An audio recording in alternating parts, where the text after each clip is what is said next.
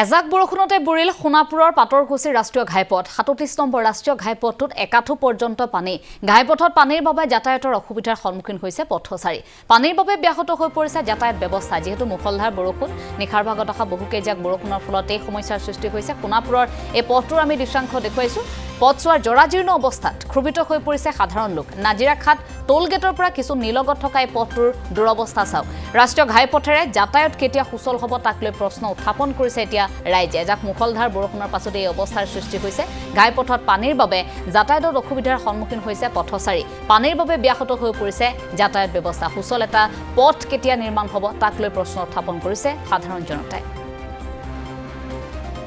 দৃশ্যাংশ দেখুৱাইছো নাজিৰাখাট টোলগেটৰ সমীপৰ পৰা এই দৃশ্যাংশ ৰাষ্ট্ৰীয় ঘাইপথছোৱাৰে যাতায়াত কেতিয়া সুচল হ'ব বুলি ৰাইজে প্ৰশ্ন উত্থাপন কৰিছে কাৰণ মুখলধাৰ বৰষুণতে বুৰিছে সোণাপুৰৰ পাটৰকুছিৰ এই পথছোৱা ৩৭ নম্বৰ ৰাষ্ট্ৰীয় ঘাইপথত একাঠু পৰ্যন্ত পানী হৈছে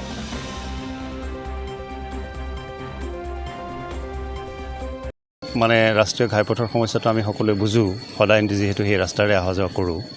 মানে গোটেই ৰাস্তাখনত এই বাৰিষা হোৱাৰ লগে লগে গোটেই পানী জমা হ'ল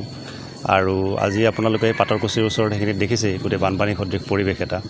তাৰোপৰি আৰু এটা কথা হৈছে কি ৰাস্তাবোৰত যদি স্পীড লিমিট ধৰি দিয়া আছে এই স্পীড লিমিটটো মানে স্পষ্ট নহয় মানুহে আহিলে নেদেখে কৰবাত গছ বনে আৱৰি ৰাখিছে কৰবাত কিবা বেলেগে আৱৰি ৰাখিছে গতিকে তাৰ ফলত কি হয় কিন্তু আপোনাৰ ফাইনটোতো খুব তৎক্ষণাত কাটে আমি এতিয়া আপোনাৰ ৰাষ্ট্ৰীয় ঘাইপথৰ লগে লগে আপুনি সকলোতে টোল গেট পাব আমি টোল গেটত পইচাটো দি আহোঁ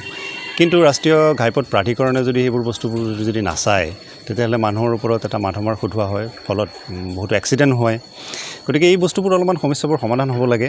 তাৰোপৰি আপোনাৰ মই এই সুযোগতে মানে আৰু এটা কথা কৈছোঁ এতিয়া যিটো জল জীৱন মিছনৰ আণ্ডাৰত যিটো কাম হৈছে তাৰ কাৰণে ৰাস্তাবোৰ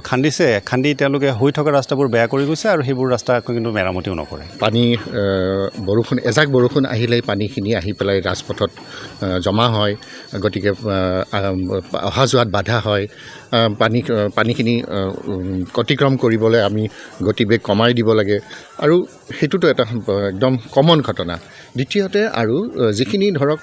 ৰাস্তা আছে সেই ৰাস্তাখিনিৰ দাঁতিৰ কাষত যিখিনি গছ থাকে কেতিয়াবা আমি দেখা পাওঁ আমি বহুদিন প্ৰত্যক্ষ কৰিছোঁ যেতিয়া আমি উভতি যাওঁ তেতিয়া ৰাজপথত গছ বাগৰি থাকে গতিকে আমি হয়তো উভতি গৈ আমি আকৌ বেলেগ উপপথ আমি নাৰেংগী হৈ যাব লাগে গুৱাহাটীলৈকে তো গতিকে এই সমস্যাবিলাক আমি প্ৰায়ে সন্মুখীন হৈ থাকোঁ কিন্তু ইয়াৰ সমস্যা স্থায়ী সমাধান নাই গতিকে আপোনাৰ চেনেলৰ যোগেদি মই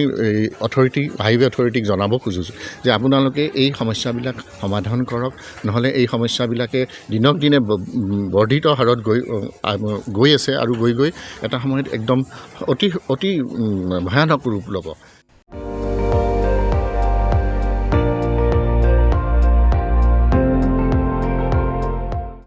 আপুনি চাই আছে ND24